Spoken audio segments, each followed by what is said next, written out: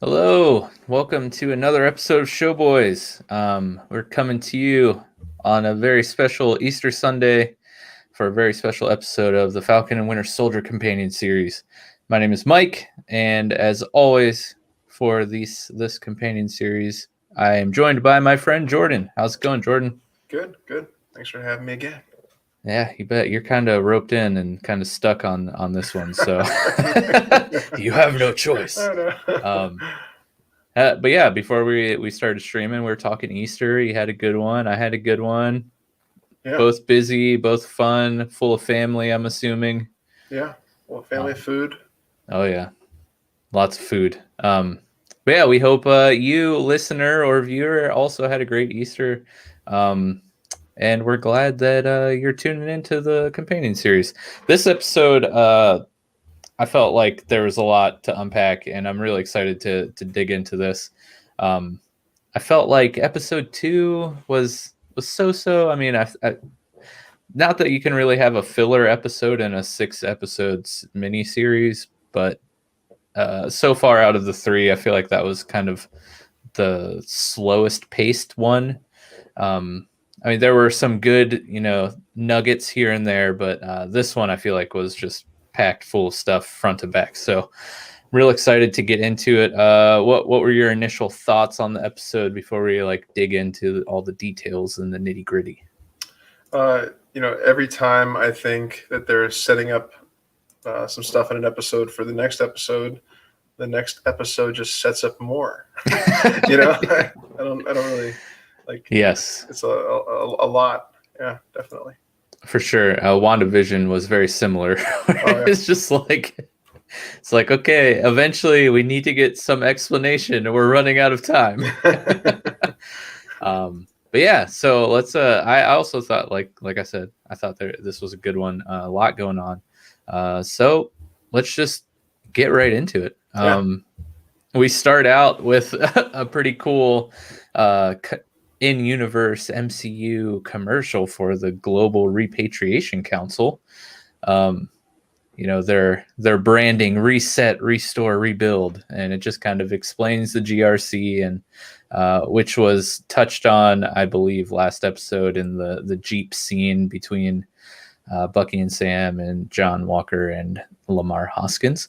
So it was cool to kind of get that fleshed out a little more in universe. And this commercial cuts straight to a raid by the GRC on the internet cafe, air quotes, hideout that Carly and the Flag Smashers were hiding out in last episode. And we kind of see John Walker kind of loses cool here when he's questioning the owner or whoever appears to be in charge of this place. He's asking if he knows where Carly is, where they went, what they were doing, and he's not giving any information. Obviously, he's not a big fan of the Americans, and eventually just kind of spits in John Walker's face, right. and old Cap kind of loses his cool and hits him with the old, "Do you know who I am?" Yep. And the rage, I'm telling you. Yes. So your character description so far is pretty accurate. And I love the guy hits him with the old, "Yeah, but I don't care." Yeah, right. Do you think he actually spit in John Walker's face, acting wise, or you think that was just good editing with a spray bottle over the shoulders, something? Because man, that would suck. It's if he spit, I mean that's a pretty on point and good amount to spit, right? Like it just hung there. Hopefully this was filmed before COVID. Right. Right. Yeah. It's probably not real. Yeah. Those are of course, that's what goes through my mind when watching TV. I thought the same thing. I thought the same exact thing. So. Good. I'm not the only one. Yeah. So we kind of start to see John Walker's true colors show through.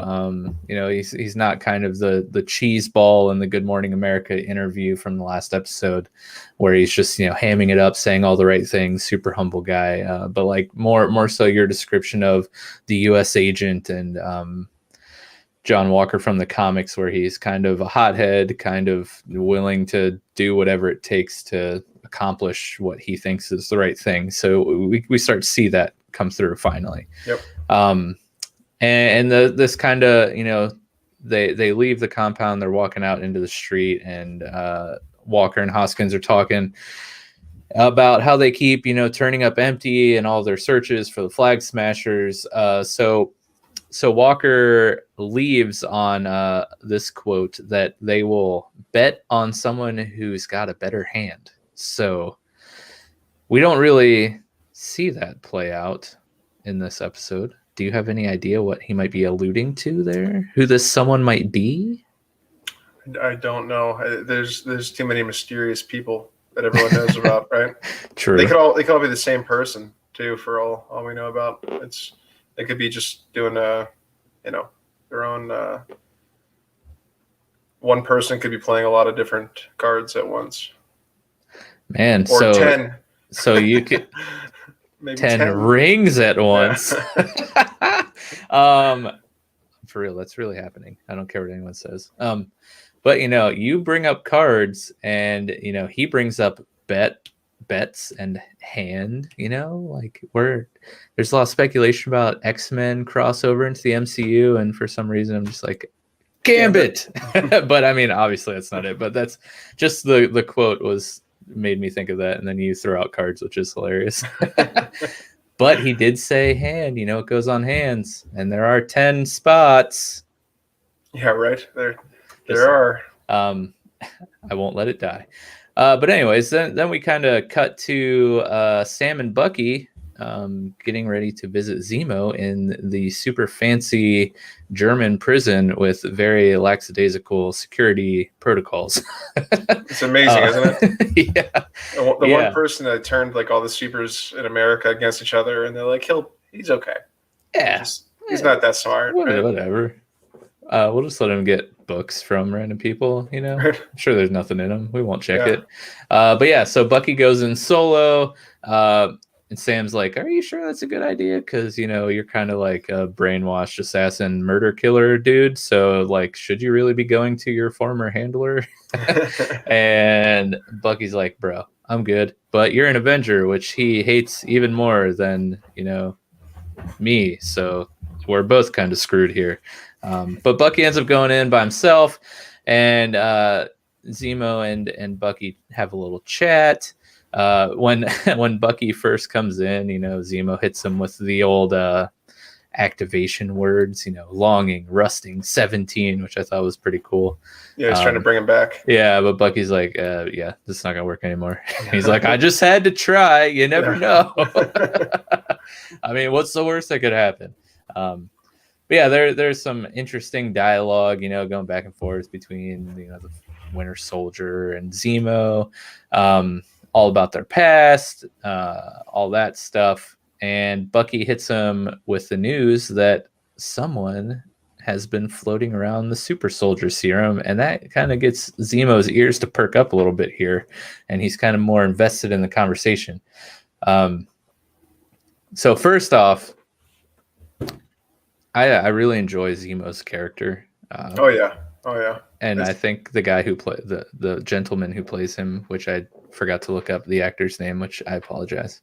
But yeah, I think he does a fantastic job with this character, and he's just like such a cunning, like madman, genius villain guy. Always seems to have like the master plan and scheme going on. Yeah. He, his demeanor is perfect for the character. Mm-hmm. It feels like his accent is a little strong, but somehow genuine, right? It's much better than old Wanda's whenever she decides to have it. Throw it in. Yeah. It's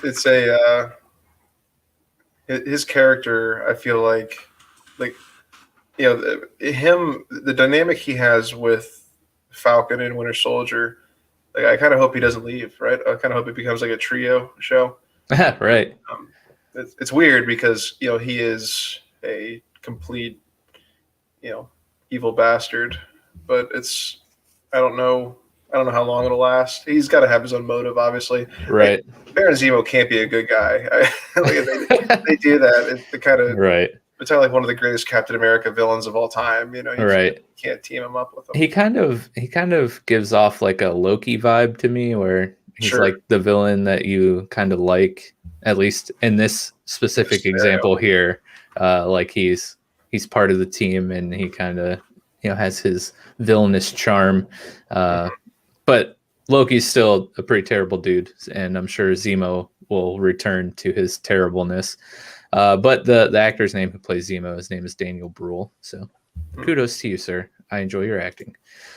But yeah, hey, before we get any further, since we're already talking about him, I think it's the perfect time for our Marvel Comic Origin segment, introducing the Baron himself, Zemo.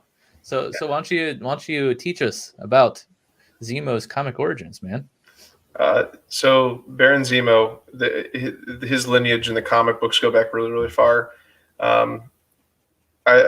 Helmet, which is the helmet, the one that we see Zemo is, I think he's the 13th Zemo in line of the actual Baron. When you said that, I immediately thought of Spaceballs. Yeah, dark helmet. Yeah.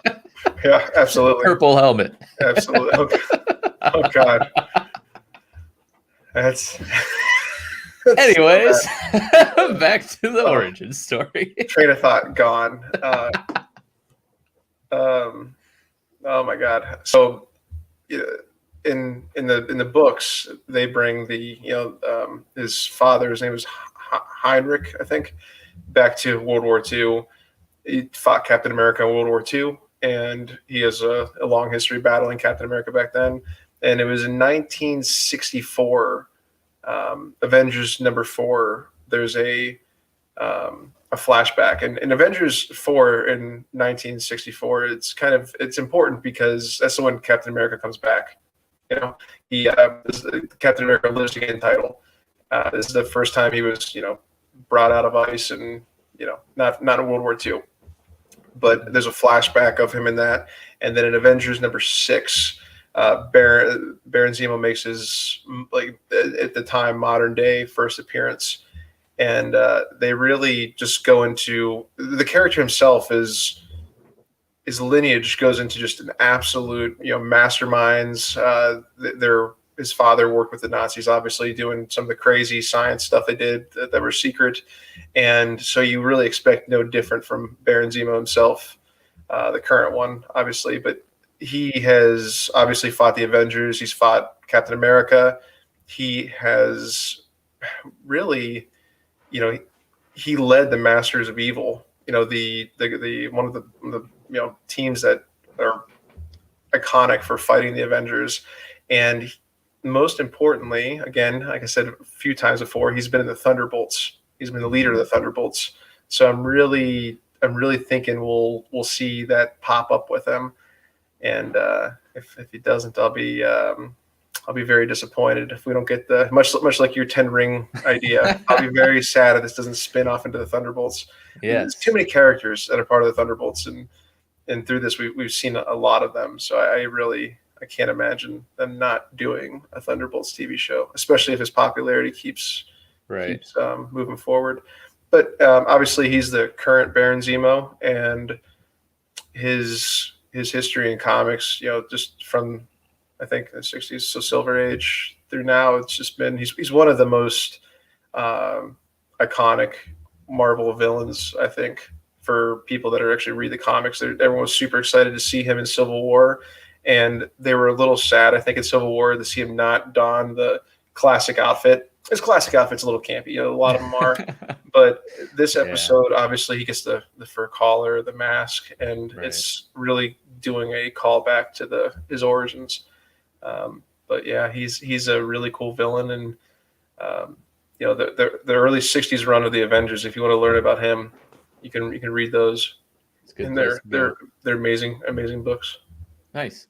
Yeah, when you sent that text about let me pull it up here, about us both having a chance of being right about the Thunderbolts and the Mandarin, I'm excited too. I want to get down to the bottom of that text, and we shall in due time. But yeah, so thank you for the origin. I always love that segment there because I don't read Marvel comics, so I know nothing. So he's obviously been entwined in a lot of different random battles, but that's really a core of who the character is and where he began. Right on. So I loved this whole like prison break scene here. Because you have Bucky narrating to Sam basically like, so let me throw this hypothetical at you. Like and then he's just explaining everything as like almost like it already happened, obviously, right? Yeah. But when I was watching it, as it was unfolding, I thought maybe they were just gonna do the old like clever, we're seeing it acted out by Zemo, like just as the recreation of the story that Bucky was telling of the plan, and not actually like happening. But then he like walks through the garage and it's like, oh, okay, that actually was happening. Yeah. Yes, so it was really cool. I enjoyed that scene a lot. But like also during this chat here, Sam reminds us, kind of what a scumbag Zemo is from when he was in Civil War. He blew up the UN, which killed King T'Chaka, and then he framed Bucky for doing it.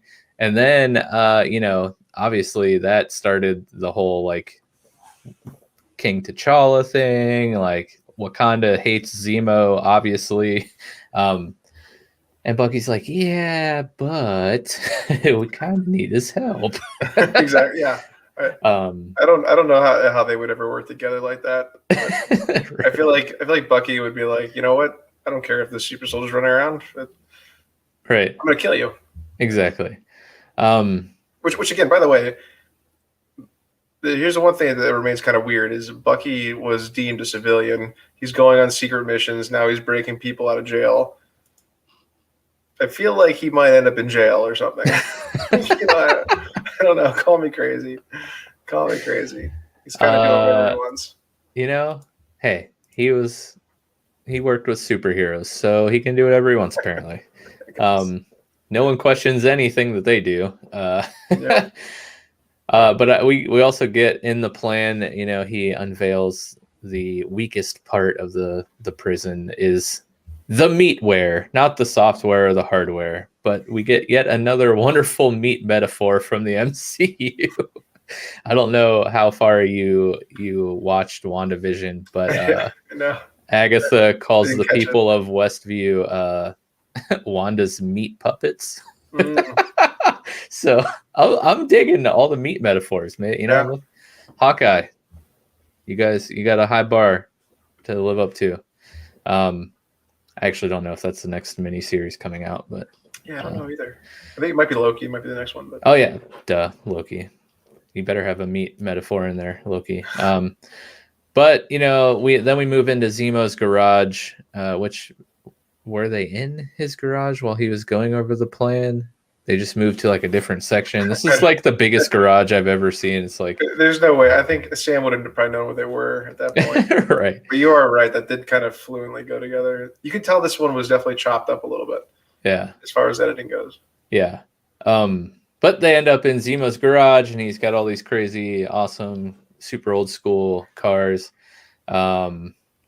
They pan past one with the trunk open, and you see like a golden gun and a bunch of throwing knives and some bullets and stuff. And all I could think of was James Bond on Nintendo 64. Yeah, one hit kill. Yep. And then, as he's digging through cars, we see the most beautiful ski mask in existence, just sitting on the back seat. The infamous purple Zemo mask, and of course he grabs it and. While they're rummaging the cars and talking about stuff, Zemo explains that in order to find the people they need to find about this super soldier serum, which that is a tongue twister, he says that they need to scale a long ladder of low lives, and so they head over to Madripoor. And along the way, when they get on the plane as they're boarding, all the stuff, we just get a lot of like real sad Sokovia talk.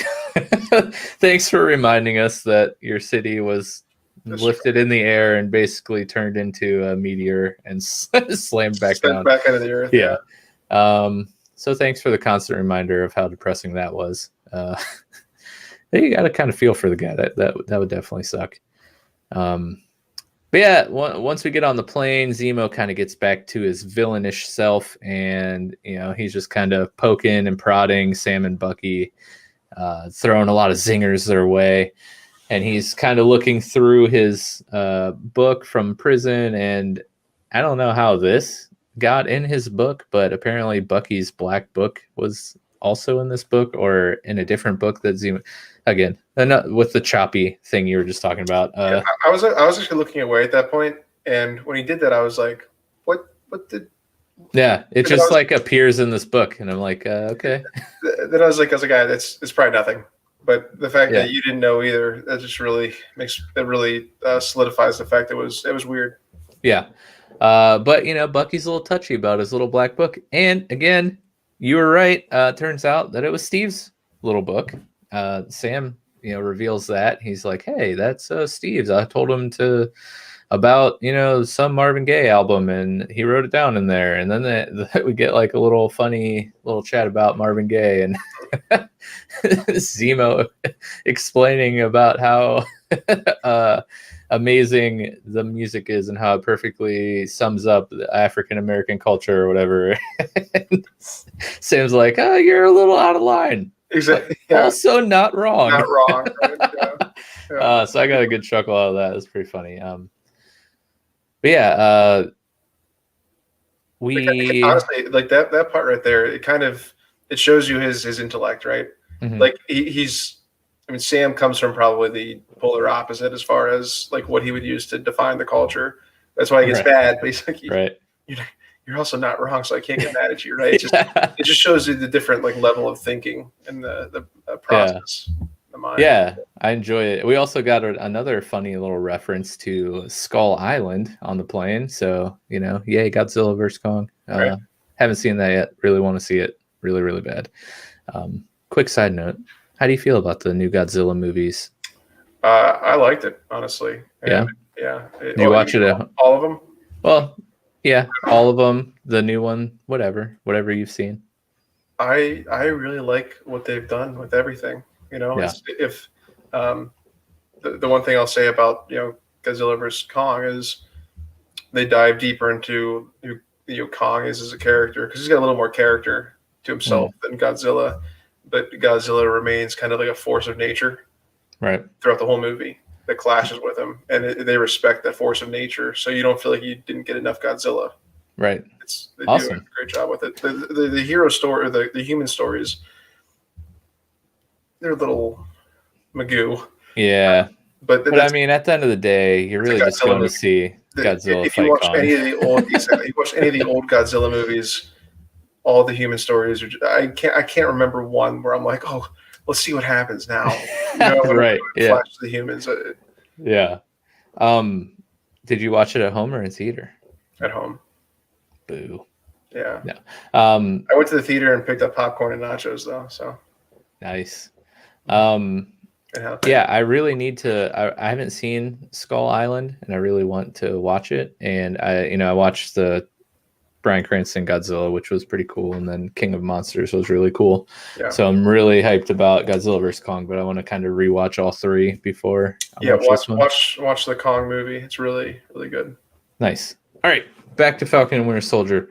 Yeah, so Zemo's like, he actually says, they're headed to Madripoor now. So the next scene we're in, we are with Carly at another GRC camp in Latvia, and it turns out that her, I'm assuming, mother, if it's not her mother, someone she's very close with, is dying, which is no bueno.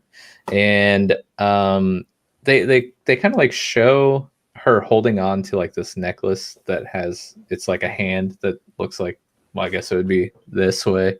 with a globe. My mic stand's blocking, but the globe in the palm, and like almost like flower petals around the globe, or it could also kind of look like a sun. And I'm like about to sneeze, so if I just like let one loose, I apologize. Or if I'm making a really funny face, that's why. But yeah, I'm assuming that has to be some sort of like flag smasher symbol. If not in the comics, you know, that could be the symbol in the show. But like they really like make a point to show this necklace, and I was wondering if you might have known like what exactly it is. So I think the reason that they probably wanted to use the flag smasher for what they're doing is because there's not a whole lot to the character, and they can, you know, obviously they can gender bender him and, you know, make it different characters out of it. When I look at the situation, I see it as like I mean, obviously, like you said, it's a symbolism, maybe like religious symbolism, and that's one of the key components I think of making the show as good as it is you have, you know, the world obviously changed for 5 years. People came back out of nowhere and new ideals, and probably not only ways of thinking, but new religions came out of it. So this particular show, I may have thinking too far into it, but it's almost like all these different religions and ways of thinking are like having like just like this is how it has to be, and they're all like just basically shotgunning through their own enlightenment stages, right? And going through this changes and almost, you know, hostile changes to become a better version of what they want to be. And I mean, I think that they're just trying to add a new layer to the flag smashers to not make them just look like a bunch of punk kids trying to establishment. But as far as what it means, I have no clue. No clue. That was a very in-depth answer for I have no idea. I wanted to make that point just because you have, you know, they mentioned the borders have changed. You have, you know, different religious symbolisms. What it means to be a patriot is different. You know, different people are serving different leaders. Right. There's more people that are, you know, desperate for power, which is good business for the power broker. So there's just all these different. It's a rebirth of ways to live your life, and it's who's going to come out on top, kind of thing. Right on.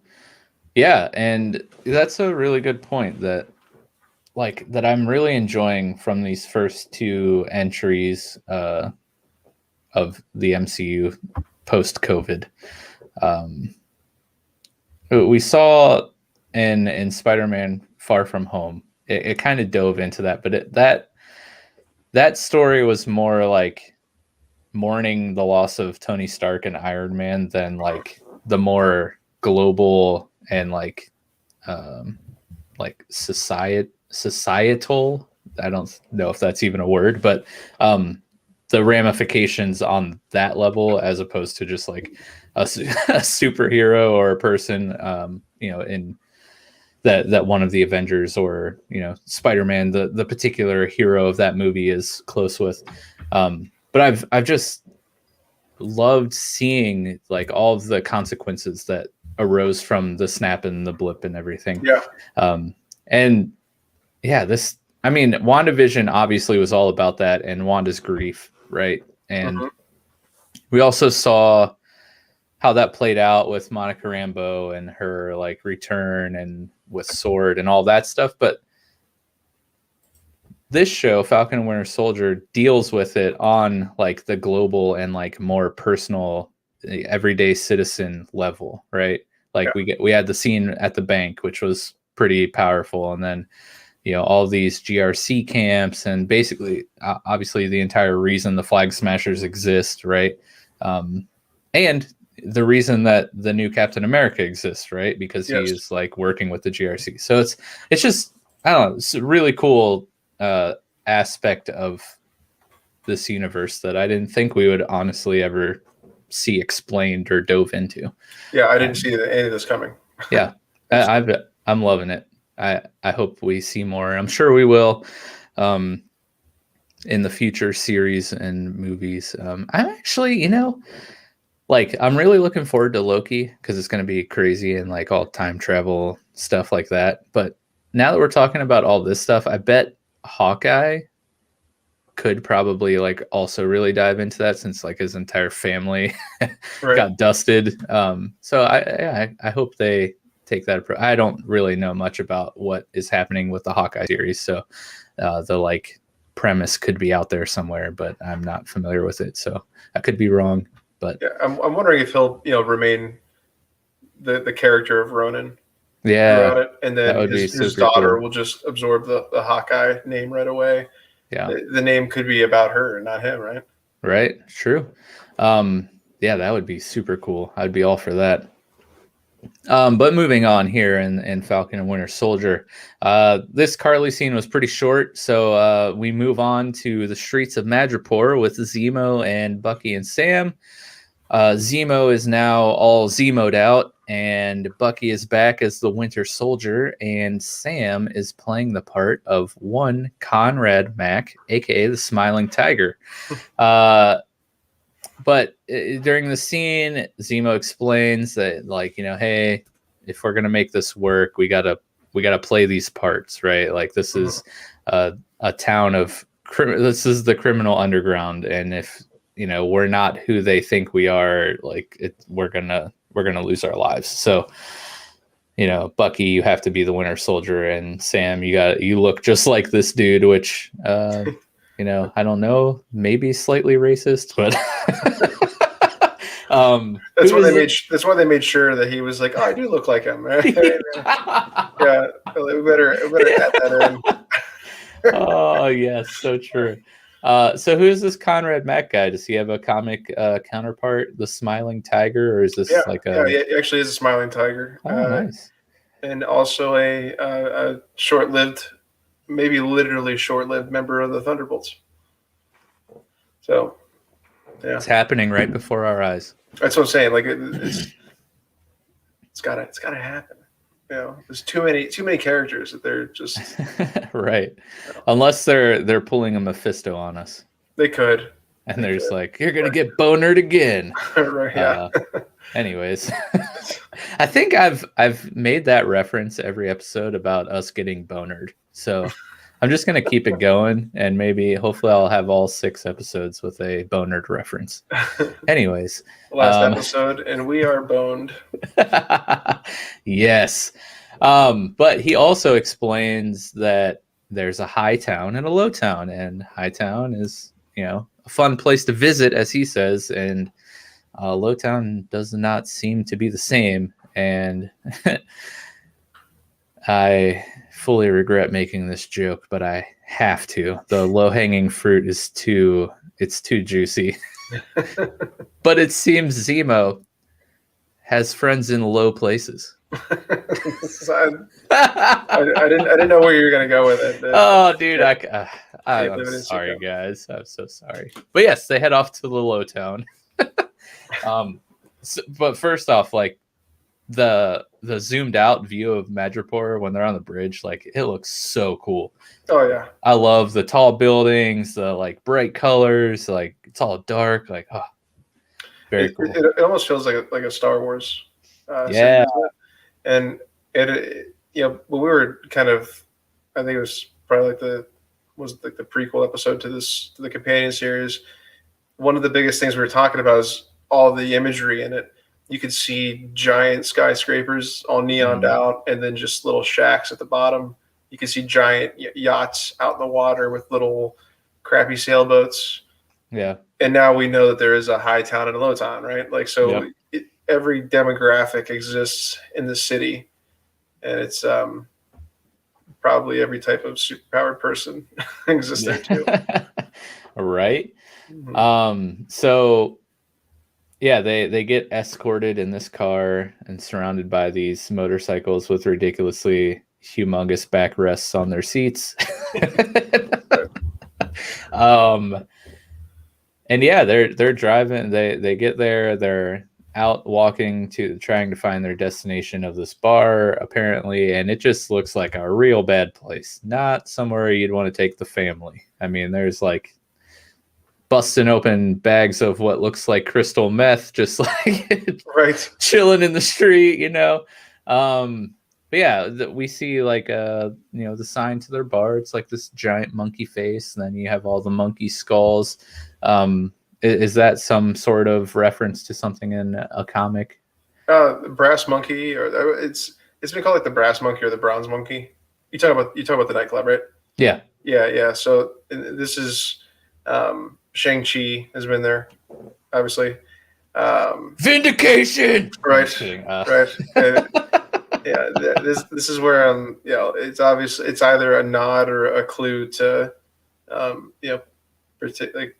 particularly Mandarin with that.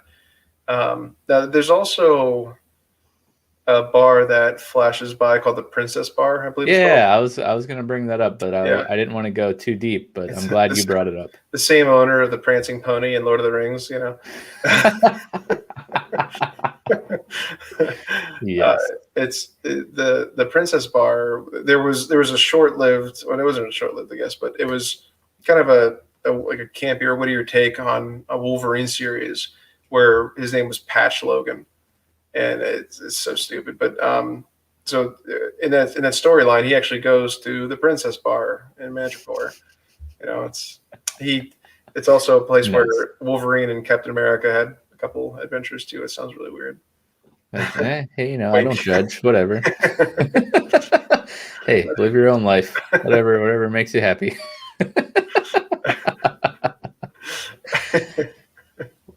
But yeah, so you're saying we're at the brass monkey or some sort of what you called the bar?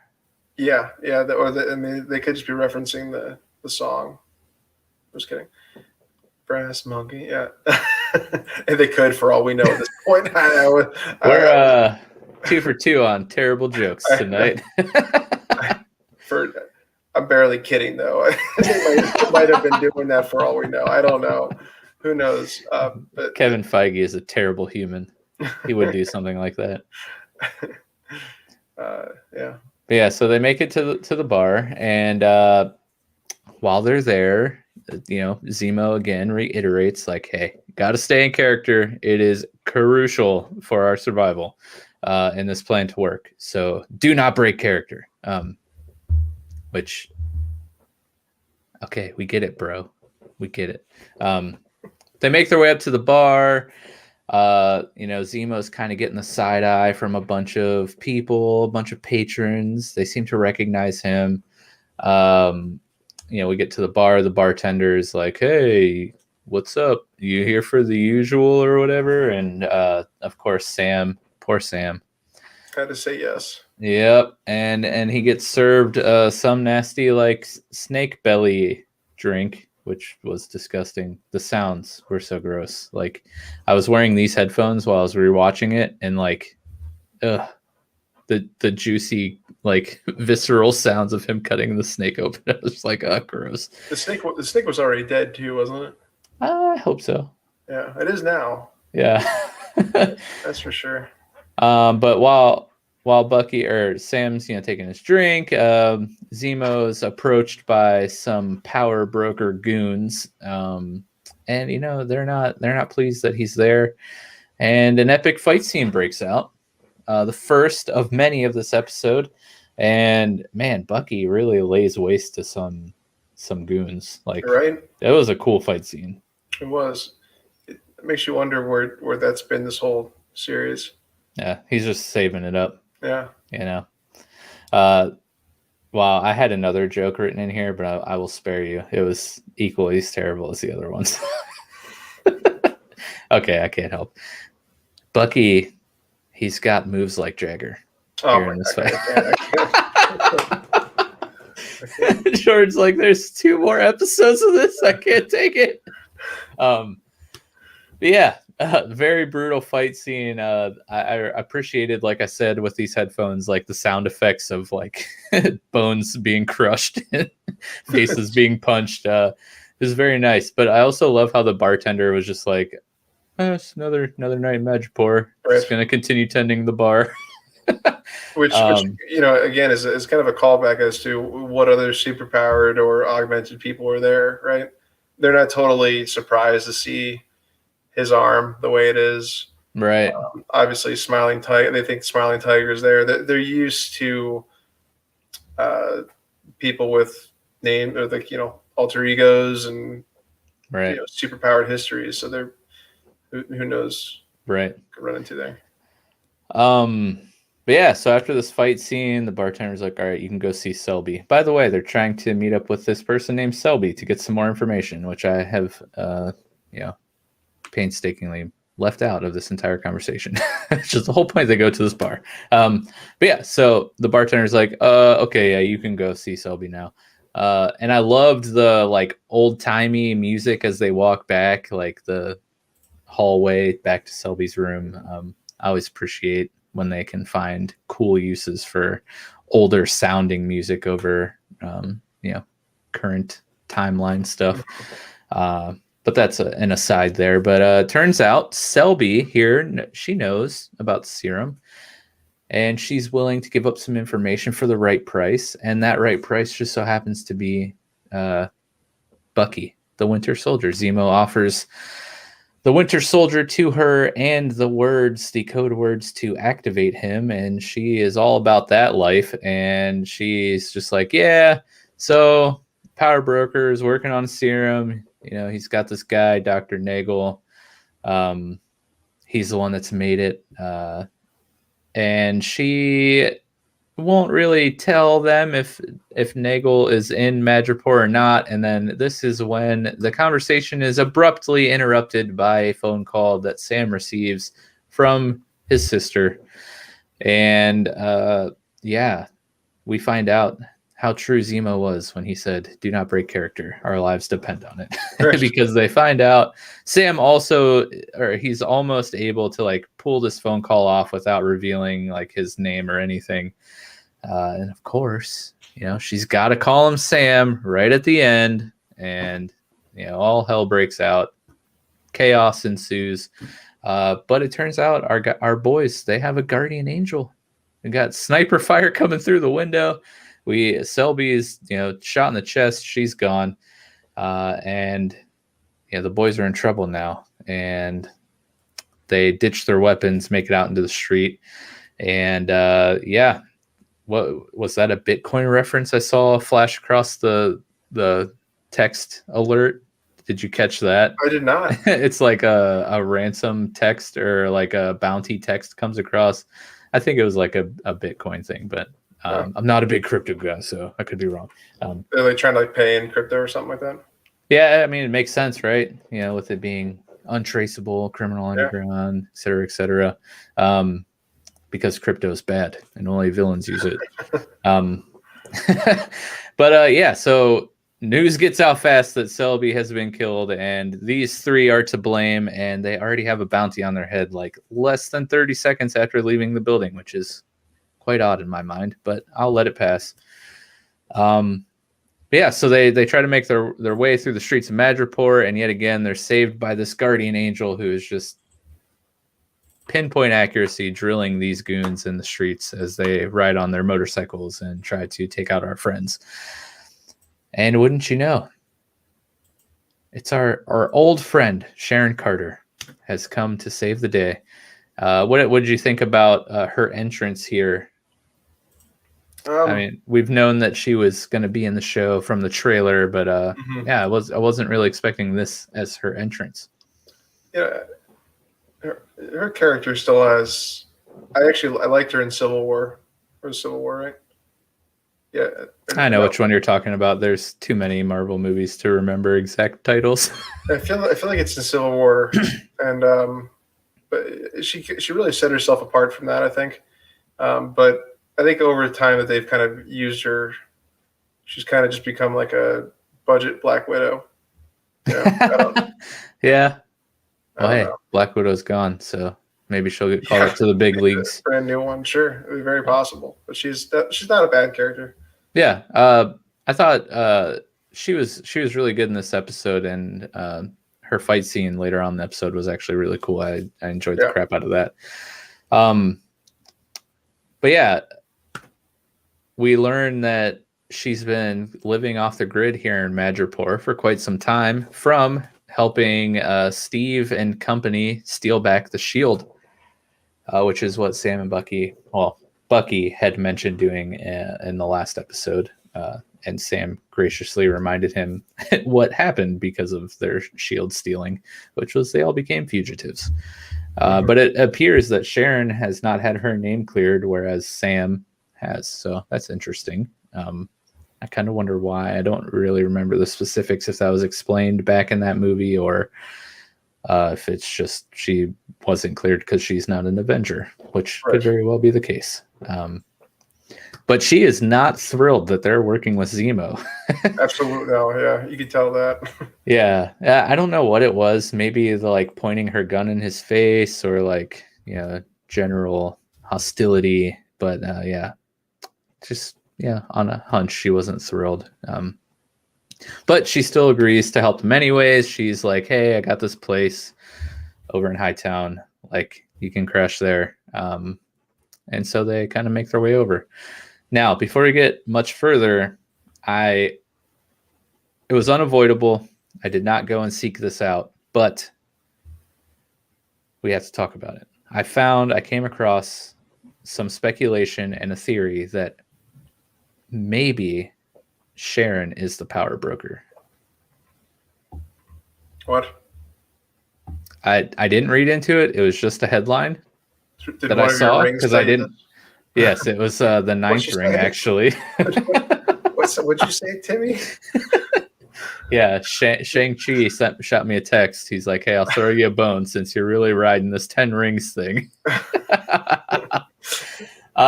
Yeah. He's just drunk messing with you. Right, yeah. So throw him off. Had one too many snake gut drinks at the Brass Monkey.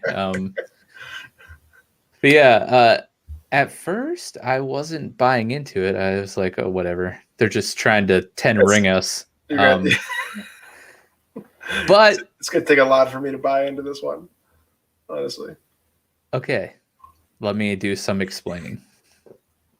When they're in her apartment or whatever, her high rise, she does give a little speech about how all the hero stuff is kind of a joke. It's all bullcrap. Like, it's meaningless. Like, why do you guys still buy into that? It's all dumb. Like, what are you doing? You're wasting your time. And she like really lays it on thick, and it's kind of funny. But she does not seem to be a fan of the hero life. And before, I think it's before this scene ends in their apartment while Sam's changing his clothes and whatnot, which he like does it in the middle of like the living room. Anyways, what a weird place to have a wardrobe. Right. Anyway, but she warns them that they should steer clear for their own safety. And she also happens to know that this Nagel fellow is working for the power broker.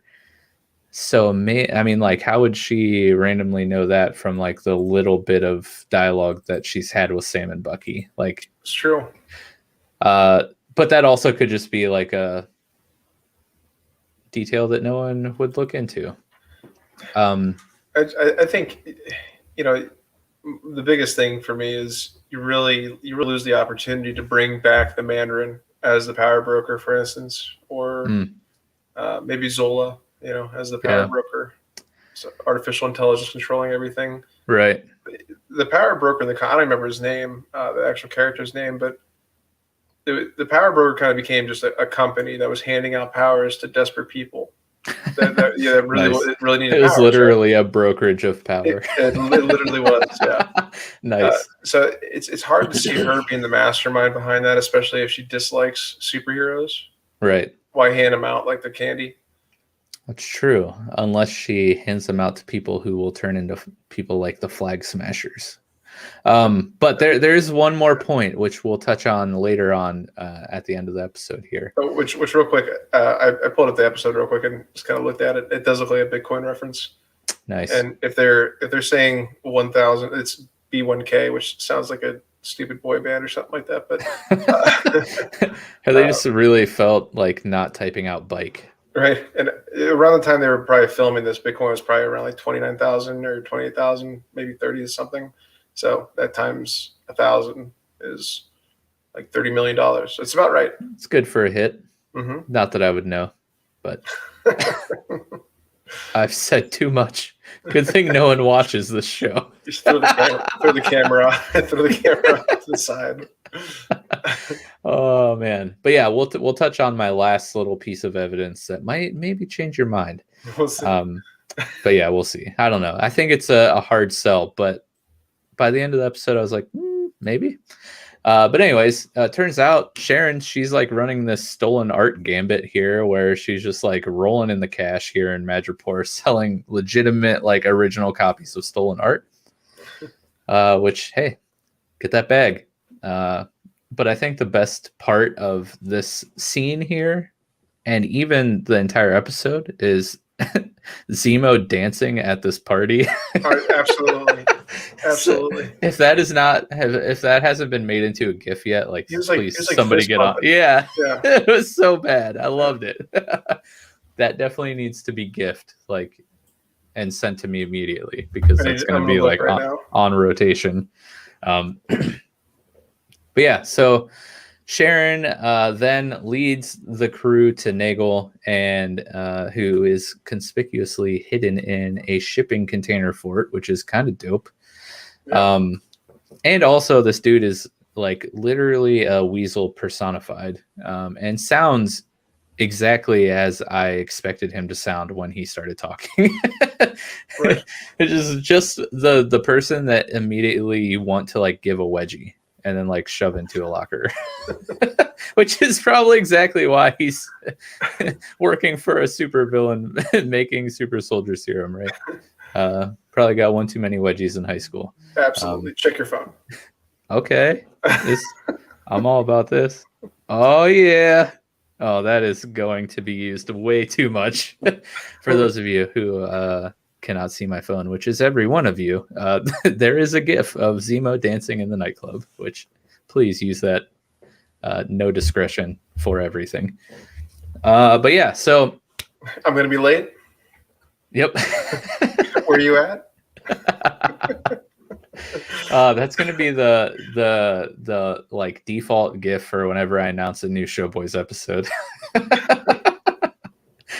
Anywho, so hit 1K or 100K. That Theta life, which is making me a little sad. Bye. Anyway, just wait. But yeah, so Sam and Bucky and Zemo, they sneak up on Nagel, who's rocking out, making some serum, and they kind of corner him. And Sam's like, "Hey, you want to tell us what you're doing here, pal?" And he's like, "No," and then turns around and he's like, "Oh, pretty sure you know who that guy is," referring to the Winter Soldier, who's a scary fella.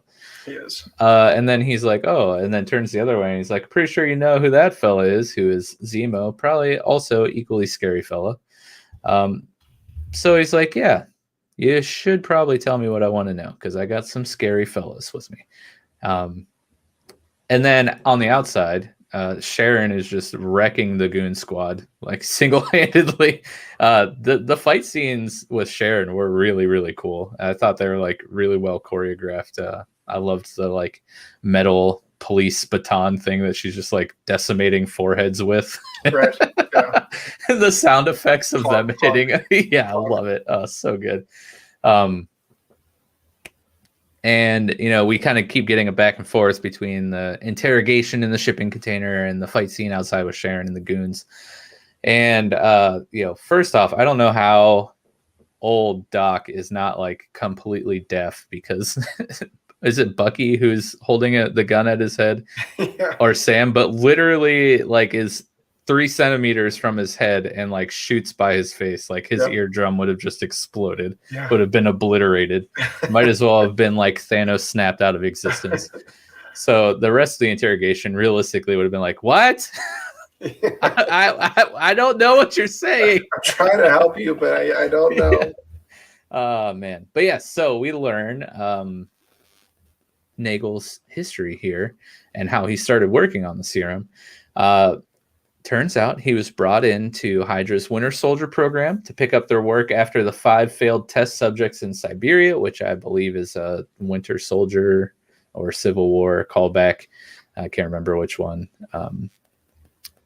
Then when Hydra fell, he was recruited by the CIA, who had blood samples from an American test subject. Hello, Isaiah, from episode 2. And then they're like, okay, well, why haven't we heard about this? We work for the government, basically, kind of.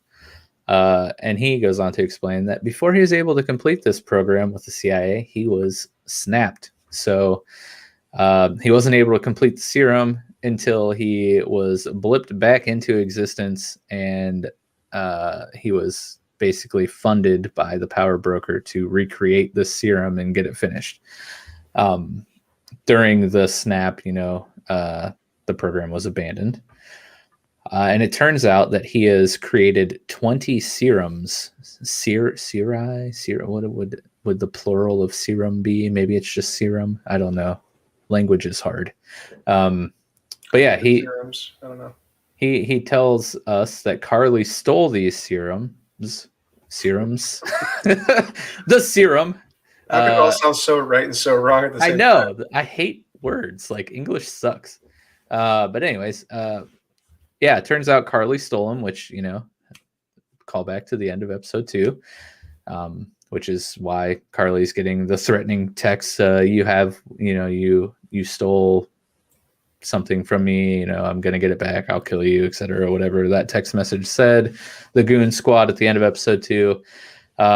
They ask, do you know where Carly is? And he's like, not really, but she did call me the other day because, we're tight like that. After she stole my serum, we just call each other on the reg. But she called old Doc and asked if she could help Donia Madani, who I'm assuming is the Madonna. lady. Yeah, Madonna, like a virgin. Anyways, I'm assuming this is the lady from the scene earlier that Carly was like consoling at the bedside, crying about. We're informed she has tuberculosis, which apparently runs rampant in these GRC camps. But apparently Carly was trying to get Doc Nagel to help her out with a cure or helping, restore her health in some way. And again, we're cutting in and out between the interrogation and the fight scenes.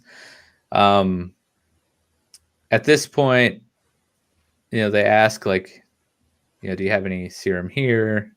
And he's like, no. And then Zemo's like, okay, we're done, and shoots him. So I guess that's one way to end an interrogation. But right after Zemo shoots the poor guy, the lab also gets shot by a rocket launcher, which not good. Somehow they all seem to make it out just before everything explodes. And yeah, during all this chaos of the lab being on fire and them trying to recoup from being blasted and make their escape, Zemo is actually like, I'm gone. He just books it. He's out. He's outie. But yeah, what do you think of this whole interrogation? Is there any sort of like little nuggets of wisdom here that we can take? I think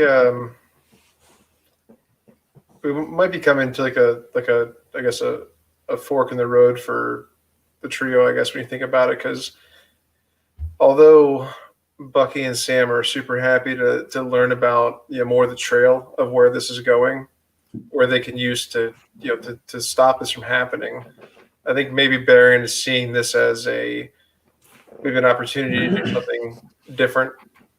He might have like ulterior motives going at this point. Like, yeah, he wants to stop him too, but he wants to stop him maybe completely. Like he stopped the doc, literally. Right. Exactly. Like he's pretty much like when I'm done with you, I'm done with you. And so is everyone else. Yeah, Zemo obviously he's not a huge fan of superpowers. So they're running parallel to the same end, right? But once they get there, like it's like you go looking for treasure with your friends, when you get to the treasure, there's generally one person that's going to betray you, right? Right. And it'll probably be Zemo. Continuing on with our comparisons between Falcon and Winter Soldier and the boys, Zemo seems very Biller Butcher-y Yeah. to John Walker's Homelander. Yeah. Down with the soups, which, hey, if they were like they were in the boys, can't blame you. Absolutely not. But so Zemo, he pieces out, and Sharon, Sam, and Bucky make it out of the container just in the nick of time before it all goes up in smoke. And a giant firefight ensues. We see some more like clunky teamwork we see between Sam and Bucky. Like they're still not on the same page, like not really working together. In Zemo's escape, by the way, he puts on the mask. We see that he right over the old dome, and then he's running away on the shipping container. But it turns out like he actually was doing the guys a solid, because he kind of swoops in to save the day. He's like shooting steam pipes and like making explosions, and apparently he's like a skilled hand-to-hand combat person, because he's like kicking dudes and breaking necks and flying around like he's Dick Grayson or something. Was the mask, right? Like yeah, exactly. But it was pretty cool. I enjoy it. Like all the action sequences in this episode, I think were like very well choreographed. They were really, really cool fight scenes. Yeah, what an opportunity missed also in Civil War, still to this day, to not present Zemo right away in the ski mask, right? Right. And give him some sort of backbone as far as fighting. I guess it adds more to the tone of he doesn't have to lift a finger, and he can completely untangle the entire Avengers, right? Right.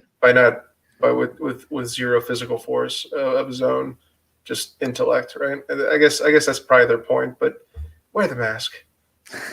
Right. The mask is super cool. Mm-hmm. It kind of gave me some like Brightburn vibes. Did you ever watch that movie?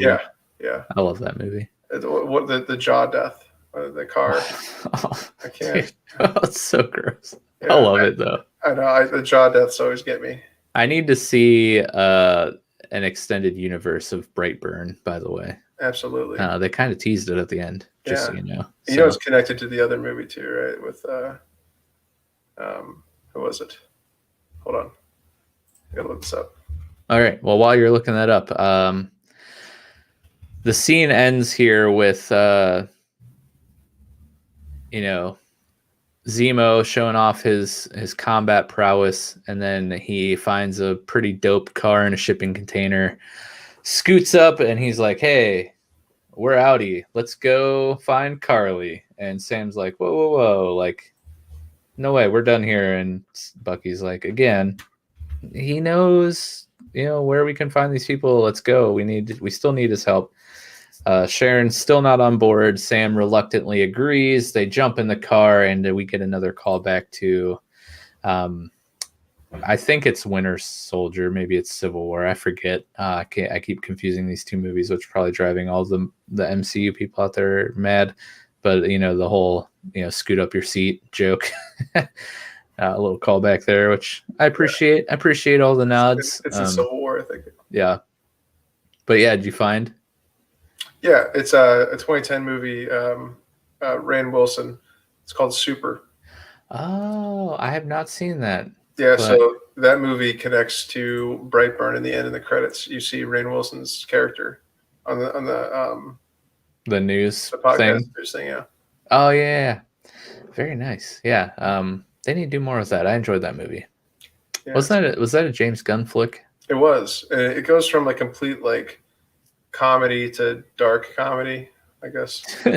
Yeah, it's really, really crazy. But to compare that to Brightburn it's really weird. So it's obviously it's the same universe. So it's right. It really, like you said, it expands on it when you realize it. Yeah, keep it going. I'm here for it. I'm here for all the extended universes, even the MonsterVerse. Absolutely. Give me more. I'm excited. Which side note before we continue on, I think this is going to go back to our Justice League episode, but it ties into the MCU and Marvel and everything.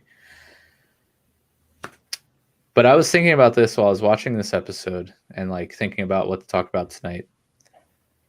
There are so many callbacks, and these shows and movies are now so intertwined with each other that like I think people like when they see something like Batman vs Superman or Justice League or the Snyder Cut as it came out recently. I think the reason those movies got so much flack for the quick team ups is they're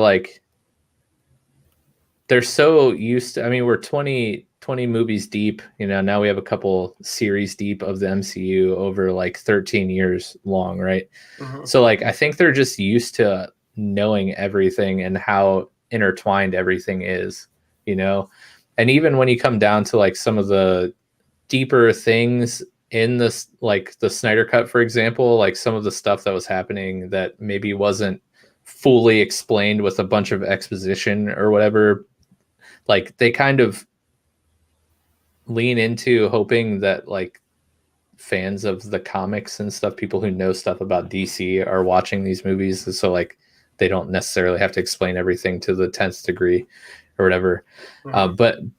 But like these MCU shows now are so intertwined with each other that like I feel like if you were to just jump in right now, like Nick from our regular Thursday night shows, he's not a huge follower of the MCU, and I feel like if he jumped into Falcon and Winter Soldier or WandaVision or really anything that isn't the first few movies that came out 13 years ago, almost like he might be pretty lost because there's they rely so heavily on you already seeing all the other movies, right?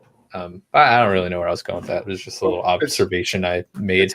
It's American. It's American mythology, right? Mm-hmm. So these characters are so intertwined to just our pop culture, and it's become our mythology. If the whole world just ended and a new civilization started uncovering America, they'd find Statue of Liberty, be like, oh, this is pretty crazy, and then they start seeing like all these different figures of Superman, Batman, all these characters, right? And they probably think that they were our gods, right? Yeah, it's really the same way. So like when we watch a movie about like Greek mythology, and Zeus shows up and throws lightning, I'm like, this is bull crap. How does he throw lightning? Yeah. You understand that's who he is, and I don't need to see him as a child, right up to that point. And that's not in every case, obviously. But all right, I think that when they introduced Batman, obviously he didn't need to go far back, but that's just me. Yeah, if you listen to our marathon of the Snyder Cut, you will totally understand our viewpoints. But I don't want to side rail this episode. No, you know what? You've done enough. Just kidding. I have. Between the terrible jokes and all these side notes, I apologize. But moving right along, this was the scene that kind of put the Sharon Carter as the power broker over the top for me. So after Zemo, Bucky, and Sam drive off, Sharon hastily walks around the corner, meets up with another lady who apparently seems to be an employee of hers or her driver or something of some sort, because she's there with a car. And Sharon says, "We have a big problem. Actually, a couple. I'll tell you in the car. Let's go." And now that's ambiguous. I'll give you that. She could be talking about a slew of things. But I don't know. I just find it odd that like they would throw that in there if it doesn't have a deeper meaning. We have a big problem. They could be on to the super soldier serum. A couple, Sam and Bucky, we got a couple of people, Zemo's out there now. I don't know. It didn't seem, it seemed villainous, but I don't know. I could just be looking into it a little deeper than I need to be. That's a fair point. And, that could probably lead me humbled Oh, later well, on. also the big problem, her doc, Nagel, he's dead. She doesn't have anyone to make the serum anymore. Oh my god! I just realized one of my mom's doctors named Dr. Nagel. I'm like, where did I hear this before? And that was it. That was That's it. right. Bringing you the hard-hitting news here at Yeah. Show Boys. That's hilarious. And for some reason, it just clicked in right there. Yeah, Cleveland Clinic, Dr. Nagel, shout out. That's amazing. Yeah. Wow. Well, hey, Sharon has a new candidate apparently. So that could be. I mean, would you like that if that's what they do with her? Like, No. what's what I'm saying? Like, what? No, what's her I would not. motivation? I would not be a fan of that, but I'm just pointing out the dots are there. Between Maybe. Carly and that, it's just like they might as well call it the boys versus the girls. It's like, yeah. I feel like turning Sharon into a villain, I don't know. I mean, she was very pro Team Captain America in the previous movies, and I just feel like it's almost kind of lazy, you know? Yeah, I feel like she might, maybe she's the one that, we'll get to it obviously, but calls, Ayo from Wakanda somehow. Maybe alerts them that Zemo's out. Wow, spoiler alert. No, I know. I know. I mean, if you're listening to this and you haven't seen the episode, that's on you. Yeah, right. At this point. Yeah. But but like yeah, you guys no, already talked about the show, so right. It's about everything else. True. Valid point. All you guys do is make terrible jokes. But no, that's a good point. Maybe she was the one that contacted our Wakandan friend. That's for sure. I was surprised to see that though. Even though they kind of gave a nod to Wakanda earlier in the episode, I was not expecting someone from Wakanda to like show up in the series at all. So that was pretty cool. But yeah, where am I at in my notes here? Her name is Ayo, right? Yes. Okay. So okay, here we go. Sorry, I accidentally scrolled up, hit my mouse wheel, and then I got all out of order. So that's my sales pitch for validating the rumor. I'm not saying I am a fan of it, but I could see maybe how they came to that conclusion. But we move on to the next scene. We're back to Carly, and she's outside of what looks to be like a GRC outpost, for lack of a better word, like a holding place for the supplies, whatever you want to call that. She's standing outside with one of her fellow smashers, and we learn here that they're from Madripoor. So apparently after the snap, they went to Madripoor and lived there, or maybe they were from there all along and some new opportunities arose after the snap.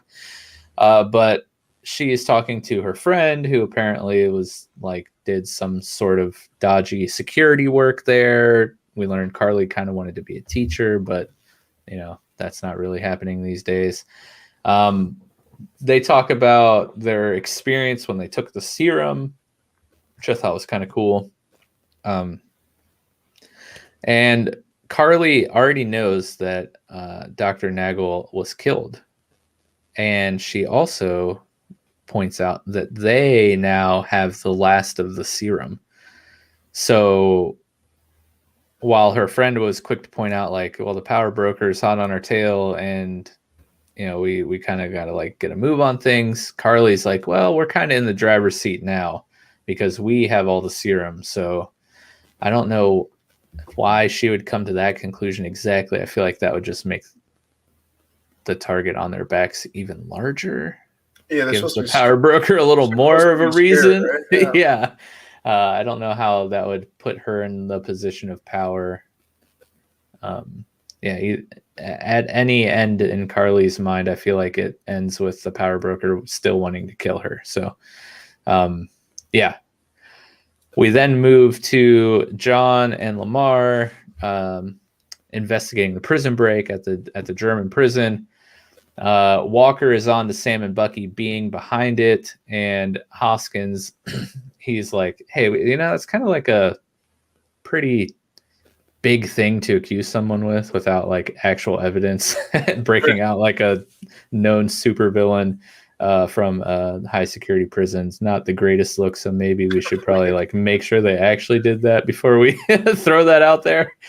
And Walker's like, hey, you know, that's why we're just going to kind of run with this for a minute. And we get this, you know, again, further solidifying your characterization of the new Captain America here.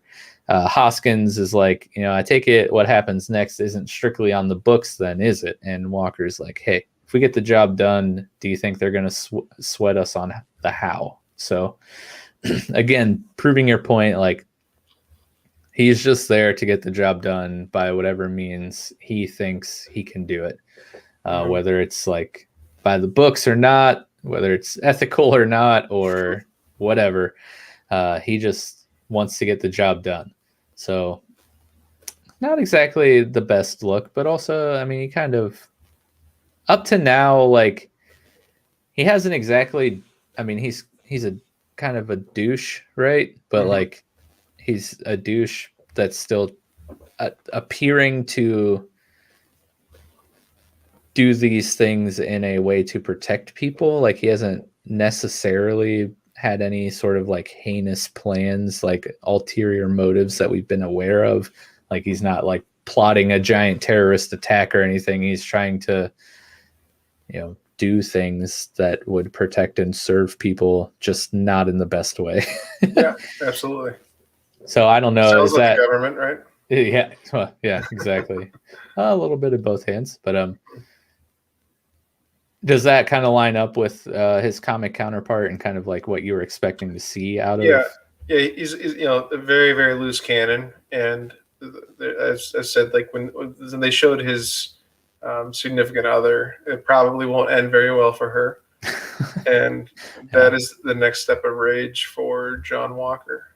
Right. So like when I was talking about like the similarities between John Walker and like Frank Castle, I think that's kind of what I was getting at, is like the whole like anti-hero thing. Like so far John Walker is not likable. Frank Castle is kind of likable and you can kind of like sympathize with him, but like dude does absolutely horrendous things to do what he finds is right and serve his sort of justice. So like yeah, I'm still kind of seeing that. Like I don't, you know, at least from, again, I don't read much Marvel, so all I know of the Punisher is John Bernthal's character. So in that show, like he is, you know, out there trying to serve and protect in the only way he knows how. And so I kind of am seeing that with John Walker, but in a much less likable way.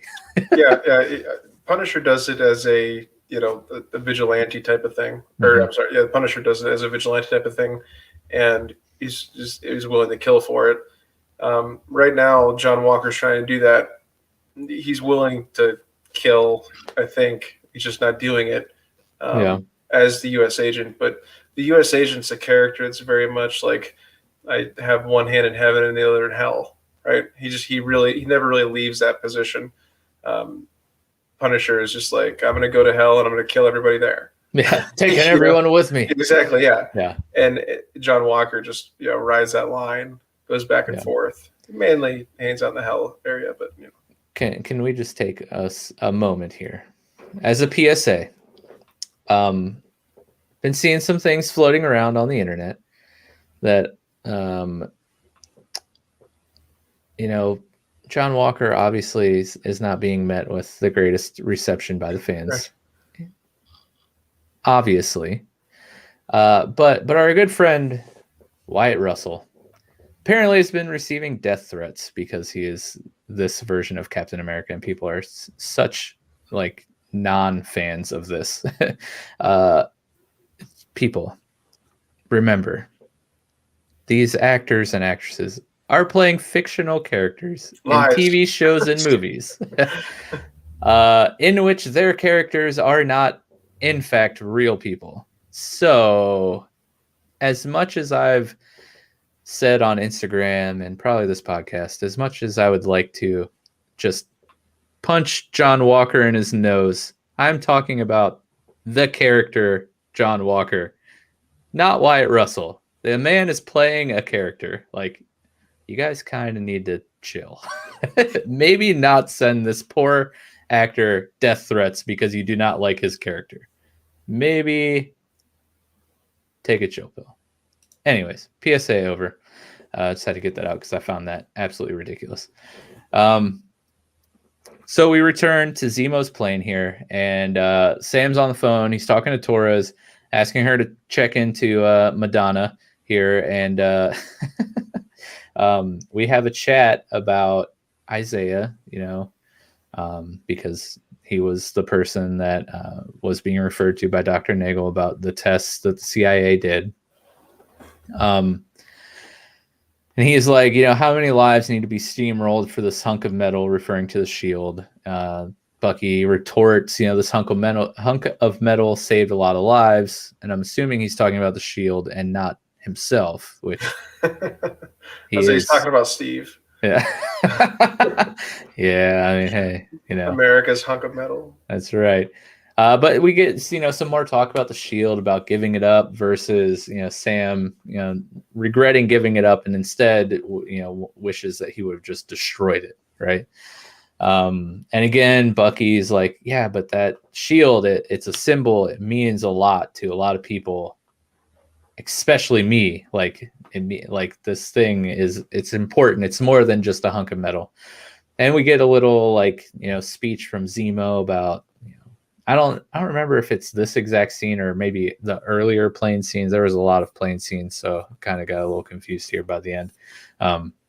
In one of these plane scenes, we get a little speech from Zemo about how dangerous symbols can be. Like, we don't want another red flag on our hand. Remember, Bucky, the whole reason that you became a soldier back in the 40s was to defeat a symbol that raged, and became more powerful than anyone thought could. So maybe the symbol of Captain America, the shield, isn't everything it's cracked up to be. So what did you think about these conversations here? When I watched it, I had to kind of go back and rewatch it. It seems like they're kind of allowing the viewer to question what you thought that they felt, if that makes sense. But it really allows you to, with Zemo's comments, it's like he's doing his little trickeries already, maybe trying to pull information from them with his own comments. I don't know. It's I don't trust the guy. Yeah. I feel like he's trying to, his end goal is to obviously undermine everything at the end of this, right? And if he wants to do that, he has to technically get rid of Sam and Bucky also. Right. So he's going to motivate them when he needs to motivate them, and then he's going to demoralize them when he needs to demoralize them. It's going to happen the more that they trust him. Yeah, it's very like shades of Civil War here, where he's getting into that mind trickery, where he's definitely, again, driving a wedge between two teammates here, and you can see that he's starting to influence Sam and his thoughts on the shield and stuff. So yeah, it's definitely something we're gonna all want to keep our eye out, see what Zemo's really up to here. Because as much as I like him as part of this little trio, you're right, he's ultimately a villain, and so he will return to that soon, I'm thinking, because we only have episode 4, 5, and 6 left, so we're halfway. If he turns into a hero, I'm just gonna flip my desk. You know what I mean? Like, take your TV off of it first, like. But yes, that would be interesting, and probably not good. So we'll hope that does not happen. So they're actually heading to where Madani died, and that is near the Baltic Sea, and we then learn later on in the episode's Latvia. But the next scene, we enter the flag smasher operation here of raiding this outpost, the GRC outpost here that Carly and her friend were kind of scoping out earlier. They take a bunch of supplies, and Carly's like, getting ready to leave, and the guard that's tied up to the pole is like, "What are you doing? That stuff can save a lot of lives or whatever." And she's like, "Yeah, you've just kind of been sitting on it for like 6 months, so a lot of help you guys were doing." And then she leaves, and her friend's like, "Hey, aren't you gonna take your car?" And she's like, "Nah." Yeah, I'll ride with you. Gets in the car immediately. Is like, "Hey, put your seatbelt on." What? Put it on now. And then her car explodes. So now we see the first act of, well, I guess not first act, but because maybe that serum stealing scene in episode 1 could be classified as an act of terrorism, but this one, there's no confusion here. There's a car bomb set off, the building blows up, and her friend is appalled here because he's like, "Hey, man, there were like people in there that were innocent people that we're not, like, we have no quarrel with." And she's like, she totes down with it. She's like, "Hey, this is the only language these people understand." Collateral damage, yeah. Yeah, she's like, "Hey, if it gets the message across, then it gets the message across," which is pretty terrible. So while maybe we were kind of sympathizing with the flag smashers, and like we could kind of, I think that's kind of what makes a good villain, right? Like why Killmonger I think was a decent villain. While even though I get grief when I say this, even Thanos is like a good villain because you can rationalize what they're thinking.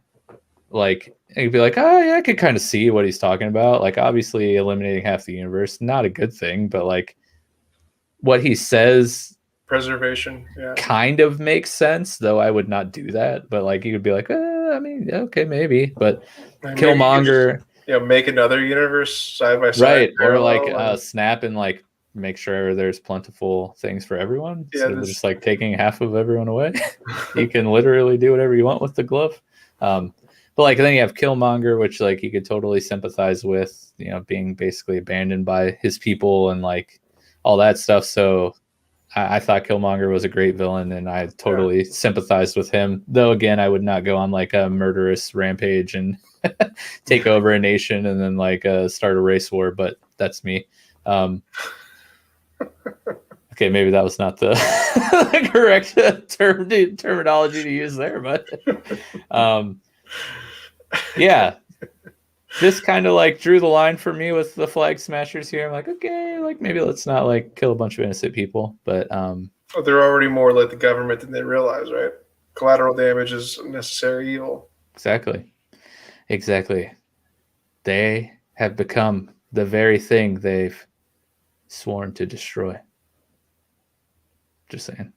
I've been using that quote from Star Wars far too much this weekend, which we can get into right now because we're just at the end of the episode pretty much. So, and we haven't quite hit an hour and a half, so I got to make this last. I've recently become gluten-free, if you've been listening to the podcast at all, which I've always made fun of and swore I would never do. But on top of that, in preparation for Easter yesterday we were out shopping, and I bought a long t-shirt, ones that are like really long, right? That like hipsters wear. And I generally Avengers Scrooge 90 type of thing. I dislike hipsters, and like I bought a long shirt, and on top of that, I bought a cardigan. Like, what have I become? You might have to shave your beard now. Oh, just a curly mustache, and then balance it out. Pop lenses out of my glasses and just wear the black rim glasses around. I guess I do sympathize with Carly more than I feel, because we are both becoming the very thing we've sworn to destroy. But anyways, now I must destroy you. Yes. If I ever wear skinny jeans, dude, please. Like, I have a big cornfield out behind my house. Like, just take me out there, put me down, like, just end it. That's the last straw. If tight jeans, skinny jeans ever, I won't even have to strangle you. The jeans will. Yeah, just cut out. I'll just drag you out there. Yes, but here we go. We're down to the final scene of the episode here. we end with Zemo, Bucky, and Sam walking the streets of Latvia. They're, arriving at their destination. And just before they go in, Bucky's like, "Hey, I'm just going to take a little walk." And Sam's like, "Are you okay, buddy? Like, you're not going to go all Winter Soldier on us, are you?" And he's like, "I'm fine. I'm just going to take a stroll." And while he's walking around, he's finding these beads, these metallic beads that are beeping like crazy. And as he found the first one, I'm like, "Oh, that looks a lot like a bead from Black Panther. That's odd." And then he found another one. I was like, "Yeah, that definitely looks like one of them Kamoyo beads." And he enters an alley. And wouldn't you know, standing behind him is our good friend Ao from Wakanda. What? Like, Heyo.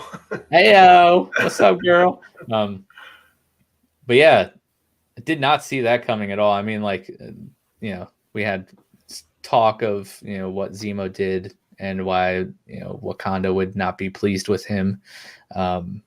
But I did not expect that, anything other than just a side note in dialogue. I didn't expect a character from Wakanda to show up. I didn't expect any sort of tie-in other than like some throwaway lines in dialogue. Like, what do you think is going to come of this? I think she's going to want to take Zemo back to Wakanda for trials on Zemo. Ooh, okay. How do you think that like affects how the rest of the series plays out? Because if the boys don't have Zemo, they're kind of at a loss for their struggle to find the power broker. Civil War Part 2. Remember? Can't see on the audio version, but I just made the Pikachu surprise face. Yeah, possible, dude. right? I mean, It's very possible. And then Shang-Chi just jumps in out of nowhere. He's like, "Take these 10 rings." he's wearing them. Oh my god, you were so right. I can't even comprehend. Yeah, that's the final scene of the show is Zemo like riding in his car again. He puts both hands on his steering wheel and he just got like 10 rings. Looks like we're heading back to Madripoor. And if you're listening to the audio version, I of course made the motion with my mic stand, showing my non-ring bearing knuckles. If that happens, I'll I'm telling you, dude, I'm gonna make it happen. If that happens, even if I have to like pause the show and like tape rings to my screen and like take a picture of it and send it to you, it will happen. But yeah, excited to see what happens if any. I'm excited to see if anyone else from Wakanda shows up. I'm excited to see if the Sharon Carter as the power broker rumor pans out. Excited to see what Carly's next moves are. I'm excited to see what John Walker was talking about his, what did he say exactly? Bet on someone who's got a better hand. I'm excited to see what plays out with that. And yeah, we're halfway through the series here. I'm trying so hard to push on through Jordan literally sobbing on the other screen.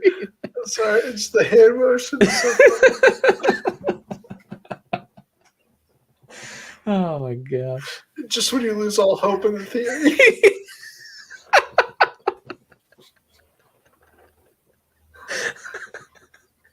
Oh my gosh. Yeah, I told you I wasn't going to let this die. I'm crying. Oh man. But yeah, man. While you're unable to speak, do you mind expanding upon your text that you sent about the Thunderbolts and the Mandarin, like what you were thinking, like where you see that coming into play? You mean the GIF? No, I'm just kidding. Yeah. It's gonna be me when the rings are revealed. Right, I know. Yeah, I guarantee it. It's just kind of we keep seeing these. I mean, it's a B-list show technically, right? So you take all the B-list characters and put them on the show. Mm. The Thunderbolts are a team made of B and C list characters. So the fact that those run parallel a little bit, it could easily be coincidental, But the bottom line is we're seeing there's 3 obvious Thunderbolt characters in the show alone already, right? Mhm. In 4 different episodes. The Bronze Monkey Club, it's... Can you remind us who the 4 characters are? I mean, we got Hoskins. Did I say 4 or 3? I think you said 4. I think I meant 3. So the 3 that come to my mind are Baron Zemo, John Walker, and now Conrad Mack. Okay. Smiling Tiger. Hoskins was in a different group. I remember. Yeah. He's part of the Buckies, if I remember correctly. That's right. Yeah. So I really think that the Bronze Monkey or the Brass Monkey is a call out to the, I mean, it could be a call out to the Shang-Chi movie, but it's also letting you know that the 10 rings are probably involved and have been in Madripoor more than once, and probably have a lot of roots there. So there's nothing stopping the Mandarin from being the power broker. Yeah, I enjoy that theory, because in the MCU at least, he's the 10 rings were introduced in the Iron Man movies as a terrorist organization, right? Yes. And it kind of plays into this whole theme of Falcon and Winter Soldier here. And I mean, hey, we're getting the fighting tournament, right? What better way to ensure you have a great fighting tournament than just load a bunch of people up with super soldier serum? Right. No, I'm just kidding. That's probably not the motive, but I think it's more likely that we'll see the 10 rings group than the 10 rings themselves. Right. I think they're really trying to stay away from like the super mystical, like exactly. Yeah. So the 10 rings as a terrorist organization, they could be behind a lot of things, and we really don't have any reason to believe that the Mandarin has the rings, right? Right. So it could just be the Mandarin. Right. Yeah, and of course, like the Mandarin is Shang-Chi's father, right? I think so. Or something like that. Some sort of relation to our buddy. It might be neither. It might even be that. I'm going to look it up. I'm not sure. This might sound crazy, but the Shang-Chi books weren't really my pull and read list. Oh, unbelievable. I really don't know about Mandarin from Iron Man comics. Man, this is... Is he even related to him at all? I feel like I read that somewhere, but I could obviously be very wrong. But of course, I don't want to sit here and read a bunch of articles while we're recording. So I could be totally wrong, but I will next week find the answer to my own statement and let you all know. I don't think he has any relation to him, honestly. Dang it. There goes another one of my theories then. It's not looking good. So far, my best theory is the steering wheel. But yeah, and you said, I forget his name, the director from Civil War, who is also from Civil War, and he was also like the general, one of the generals in the Hulk. He's a member of the Thunderbolts too. Yeah. So they keep adding these people into the universe. So I mean, it would only make sense that at some point we would get something. And remember, Thunderbolt Ross is Red Hulk, who is a big member of the Thunderbolts as well. Big, literally. Yeah. Yes. I think I might have found.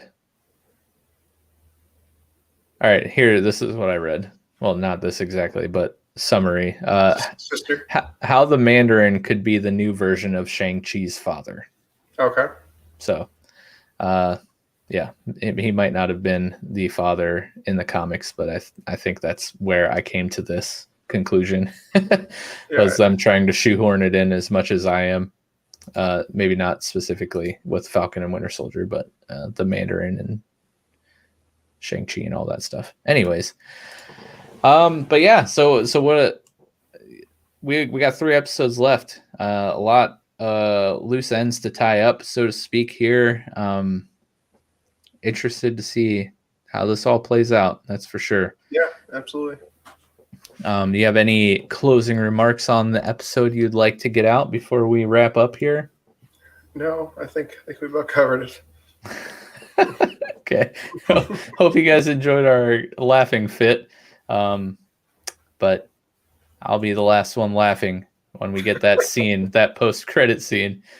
But yeah, so we thank you so much for tuning in tonight. If you dropped by the live stream, if you're watching this on YouTube later on in the week, thank you so much. If you like what you heard, please consider subscribing and hitting the notification bell. If you're listening to this on an audio platform, thank you so much. And we ask that you would please rate and review where possible. You can follow us on social media.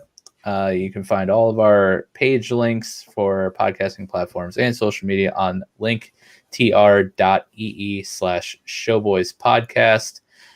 And yeah, we have a busy week coming up here on Showboys. We got our newscast tomorrow night.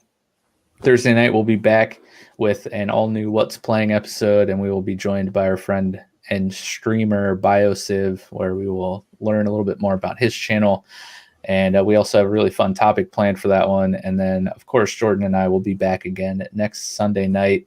Same time, same place, breaking down episode 4 of The Falcon and Winter Soldier. As we leave tonight, I am going to play you out with our good friend SJT's remix of the Avengers theme song that he has so graciously allowed us to use for this companion series. Go give him a follow. All of his links will be in our video description. Yeah, until next time, have a good one, and we'll see you. See you later.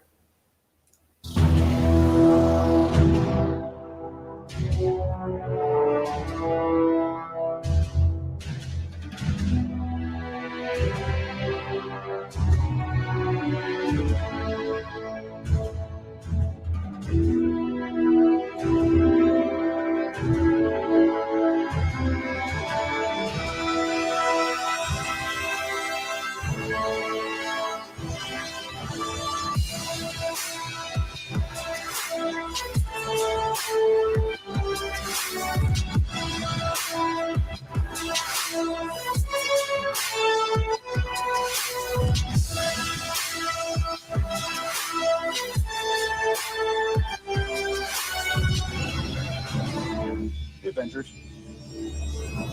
So we call ourselves. It's a real team. Earth's mightiest hero.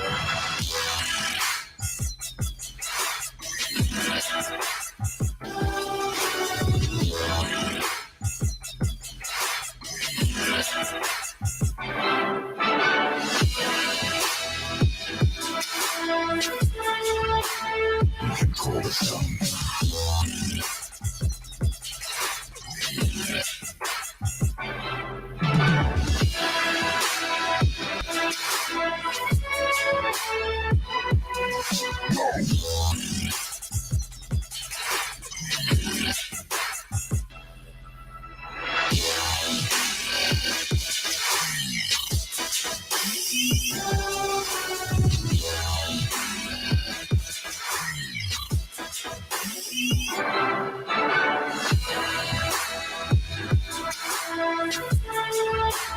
We control the sun.